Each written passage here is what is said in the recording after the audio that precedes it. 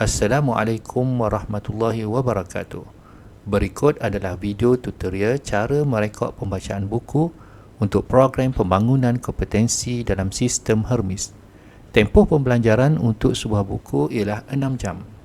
Langkah pertama, log in akaun Hermes sendiri, klik bahagian program pembangunan kompetensi, klik fungsi, pilih permohonan program pembangunan kompetensi, klik pemilik kompetensi, klik permohonan baharu, klik pembelajaran kendiri, isikan bahagian bertanda bintang, isikan jenis pembelajaran kendiri, pembentangan buku, isi tajuk buku, tempat, tarikh dan jam pembelajaran iaitu 6 jam, klik simpan, klik OK, berjaya disimpan, klik OK.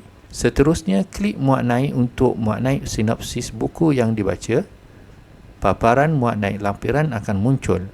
Hanya laporan format PDF atau PNG bersaiz 2 MB maksimum sahaja yang dibenarkan untuk dibuat naik. Pastikan juga nama fail lampiran tidak mengandungi simbol khas. Klik butang Choose File. Pilih fail yang ingin dimuat naik, contoh, fail sinopsis bacaan buku. Klik Open. Jika berjaya, nama fail akan muncul di sini. Klik Simpan.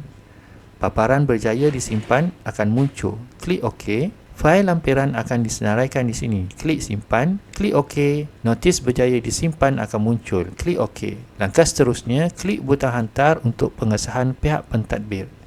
Notis pemakluman akan dihantar kepada pengesah akan muncul. Klik OK. Rekod berjaya dihantar untuk pengesahan. Klik OK. Di sini kita boleh semak rekod bacaan kita masih dalam status pengesahan. Pengesahan akan dibuat oleh pentadbir. Sekian tutorial untuk kali ini. Semoga bermanfaat.